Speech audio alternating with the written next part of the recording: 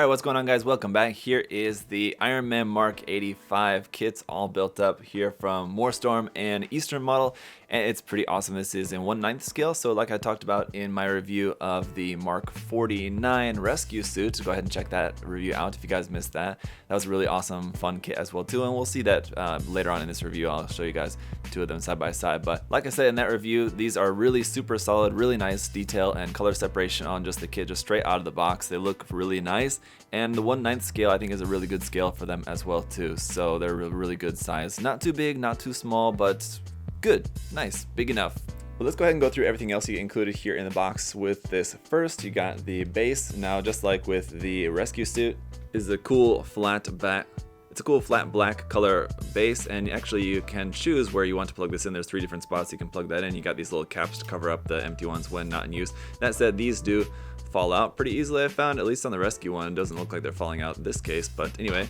You've got that like chrome foil paper there that you'll pop out and then stick inside there, and then pieces of clear plastic that you stick over the top of that to make this nice bright shiny little windows in there, and then the Iron Man Mark LXXXV title logo there.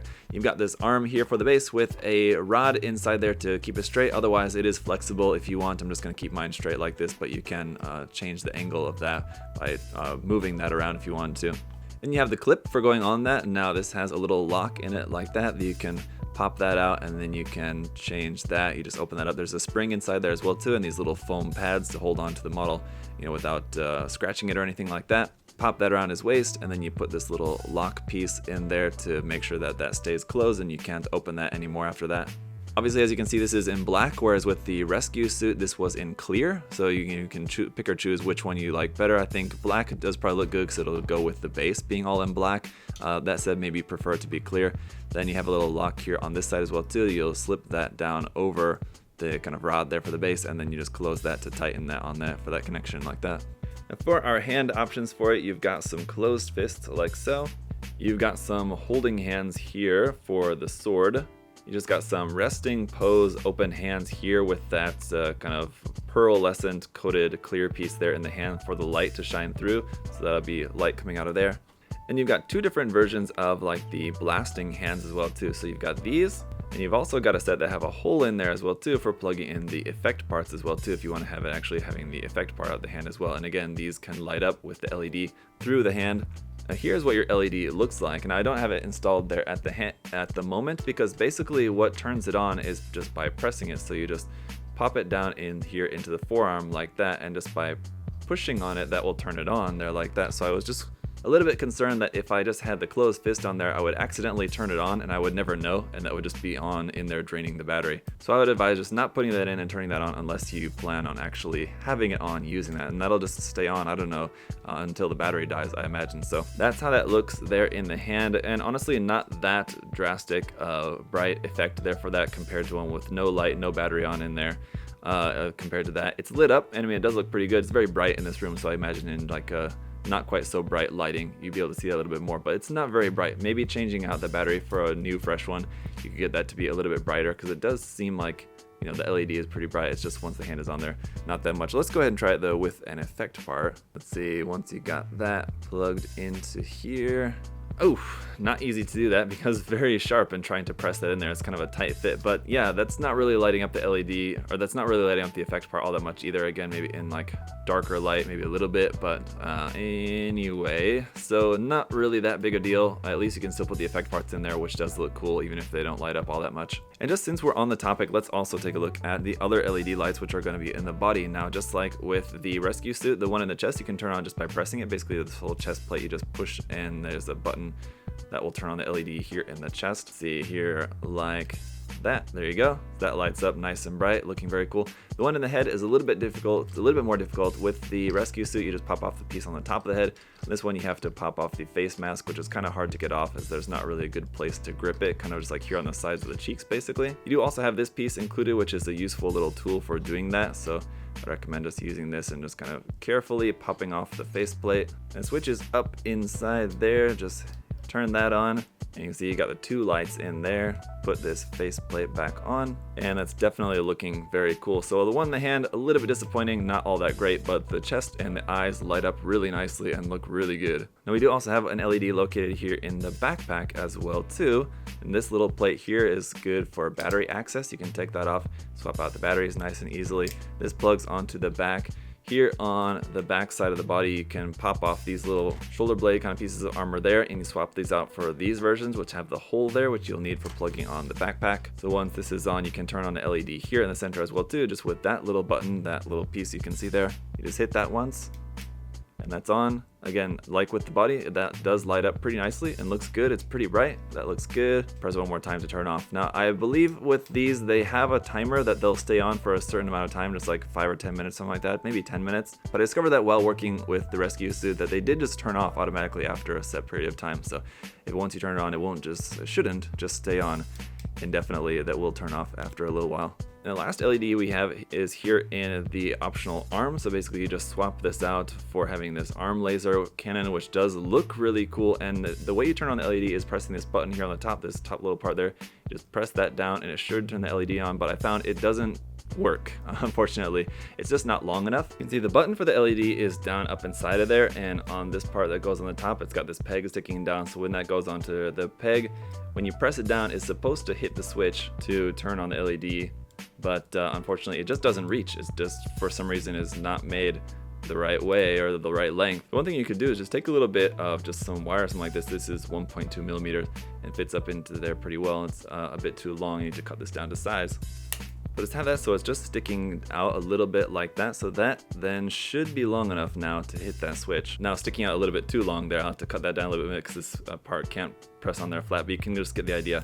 Anyway, that's turning on the LED inside there like that. Again, from the side, not really all that noticeable in these bright lights here in the room. You can kind of see when that comes on like that. It looks pretty cool. From the front, when you're looking at it like that, I mean, it looks really cool to see that lit up.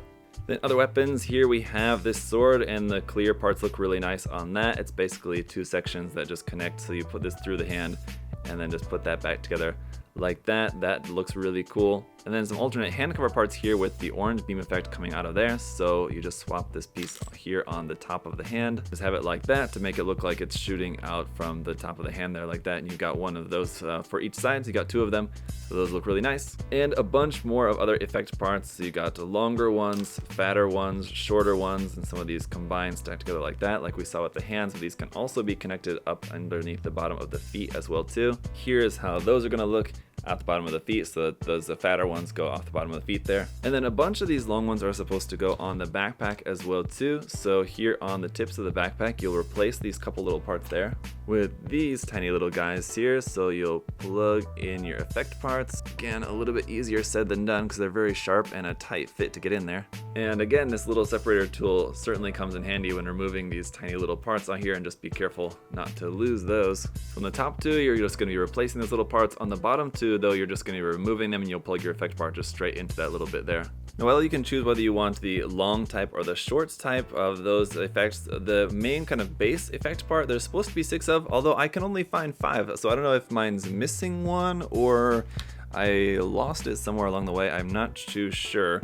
So I can't have all 6 lit up, and the longer ones are all a little bit bent, which might be good for some like effect parts on the feet or something for like flying along, but you'd want to straighten them out for being effect parts here in the backpack. Also finding some of them very tight and some of them a little bit loose, so like this one here, not really fitting in there very tightly. It's kind of loose and is just going to kind of fall out on me. So the effect parts are a little bit dicey. I mean, they look cool the way they are. Long ones I don't really like all that much, but it is what it is. I mean, at the very least, you just have a lot of accessories included with this, which is really nice, and they all look great. Now let's just also real quick go over some of the articulation of the model. Now the neck has a ball joint at the top and the bottom of the neck, so you can move that side to side like that. Also forward and back like that. Or you can have it ultimately looking up all the way to there, which would be good for flying poses, and then down all the way down to there, so that's pretty good. In the body here, you've got a couple points of articulation between the top and bottom half of the torso, and then the hip section. It's kind of 3 sections there. You've got ball joints basically in between them, so back a little bit to there, forward a little bit to there, not too bad. side to side. You got some nice bend there as well too, and some really nice rotation here as well too, more so than what the rescue figure had. I think it had a little bit more kind of slimmer body, so there's not much room for articulation, whereas this one you have a little bit more room for articulation, which is nice. No flaps or anything like that on the backpack, so nothing opens up there. Here on the shoulders, you have these parts on the top that are just connected via a ball joint, so those can move around. They're basically just floating on a ball joint there above the shoulders. The whole shoulder joint itself will swing out to the front like that, or swing backwards. So the internal structure for that will move a little bit forward and back, and then the arm is connected via just a ball joint in that socket. Can bring the arm up pretty high to about there before you're getting to kind of the limit of its upward range of motion there. The arm will rotate there at the top, and then you've got a double joint here in the elbow. This one, however, seems to be a little bit more basic than the one that was included with the rescue figure. The rescue figure, when you bend the elbow joint, the kind of joint slides out of there a little bit to give you a further bend. This one is just a pretty straightforward double joint here in the elbow like that, and you have separation of that elbow armor there, so that just bends fully like that. A little bit not quite as sophisticated as the one in the rescue suit, but I mean, still works pretty much to about the same degree. The hand is just on a ball joint, and there, like we saw before, just has that hollow space there in the ball joint for slotting the LED unit down into there. Down in the hip section, the side parts of the hip armor can actually come a little bit disattached here from the front, and then those can move up and out of the way for, I guess, freeing up the articulation of the leg a little bit, so it's not hindered by that movement of, or by that armor piece getting in the way. So the leg can come up nice and far, and then you've got just, again, just a simple double joint there in the knee as well too. That will separate like so. Here on the back of the ankle, you got this little bit of armor which is on a ball joint, which is attached onto this little peg, which will also kind of swing out and get nice and far back out of the way for putting the foot downwards like that, but the foot only bends down so far, only to about there. And the toe is also separated. That will move a little bit forward and back like that for having it looking like it's bending the toe like so. Up underneath the feet, you got some nice detail there, and the point where you're going to plug in the effect part right there. Well, the knee can bend really far forward to the front. Let's see, going out to the side, it can go basically completely perpendicular out to the side as well there too. So movement of the hips is all pretty nice. Anyway, here are the two suits side by side, so you can get an idea of how they compare. Again, compared to like your standard Gundam kit, for example, they're gonna be similar in size to like a little bit larger MG kit, basically. And as you can see, generally in height, the Iron Man suit being a little bit taller than the rescue suit there. But in closing, guys, the two of these make for a pretty awesome set, but if you choose to go for either one or the other, I suppose probably a lot more people are going to be interested in the Iron Man kit, I'd imagine, but the rescue suit is also really nice if you guys want to have the both of them. I do highly recommend both of them. Honestly, between the two, I kind of prefer the rescue suit a little bit more. It has fewer LEDs in that it only has the two, rather than the Iron Man suit has the two in the head and the body, and in the hands and the backpack. The hands and the backpack ones, not really quite as exciting as just the one in the head and the chest, honestly, are just kind of the coolest ones. I just think that you can definitely tell that the Iron Man kits came out first, even though I'm reviewing it second. It actually, of course, came out first before the rescue suit, and you can see where they kind of just made some small improvements to the general construction of the rescue suit. That said, the rescue suit has a bunch of stickers that go on it, like for, I guess, complete color accuracy. I'm not sure just offhand how color accurate the Iron Man suit is. I'm guessing it's probably missing little bits of color as well too, so it's probably not entirely accurate, and no stickers or anything to make up for it. Neither of the kits come with water slide decals, unfortunately. Would have been cool if there would at least been a couple for like the rescue logo on the rescue suit. Otherwise, I think probably not much use for any water slide decals on them, but maybe just a couple would have been cool, or just having a set included in case you wanted to use them just as an optional thing. Maybe it's just some lining bits or something. Again, I'm sure they were going for film accuracy, and that's probably not accurate to anything in the film, but just would have been something fun to include for anyone who might want to use those on the model anyway. But the kit is pretty great. Like I said, for the most part, everything is really solid. The effect parts are a little bit janky. That's kind of maybe only like the only part of the kit that really gives me a little bit of frustration with this product straight out of the box, but it really wouldn't take very much to get the longer effect parts like straightened out and to get all the effect parts fitting good. It wouldn't really be that big a deal, just take a little bit more work to get that. Basically, straight out of the box, this kit is very solid. You have a lot of really nice options in there as well too, between just option parts for the hands, the weapons, the sword, the cannon arm, the backpack, all these bits make it a pretty fun set. And even though the kit may seem a little bit expensive, I think you do get a lot in there, and it definitely does seem worth the price considering everything you get in there for like the metal parts for the base, and then the LEDs, of course, you got in there, and you got the batteries actually included for LEDs as well too. So I mean, all this kind of stuff is not something that you would normally see from Bandai, and if you had a Bandai kit of this kind of general similar size and with all those components included, it would definitely be around at least $150, if not more than that. And so considering that this is less than 100, and I believe this is list price around $80-$85, somewhere around there, I think it's definitely, compared to other options that exist on the market, anything similar would be much more expensive. So for what you get, I think it's pretty good. A fully plated version would be nice too as well. I mean, the gold plated on there parts look nice, but I believe I heard from you guys that there was a fully plated version that was a very limited release. But hopefully maybe someday in the future they may do another run or produce more of them that are the fully plated versions for people who want to do that. But I could definitely see a lot of people getting this kit and then wanting to paint it in a fully metallic paint scheme as well too. Just right out of the box, I think it does look pretty good. The red is a little bit metallic, and of course you got just that molded silver. So I mean, those colors with the plated gold, I mean, do look pretty good. But of course, like a fully metallic glossy finish on this is going to look really nice as well too. So if you want to paint everything up, whether you want to get this kit with the intent of painting it or not, if you want to just build it up and have it displayed straight out of the box, I think it looks fantastic as well too, just as it is. So whatever you end up wanting to do with it, ultimately, I think you're going to be happy with what you've got here if you decide to pick this up for yourself. So definitely highly recommend you guys check it out if you're interested.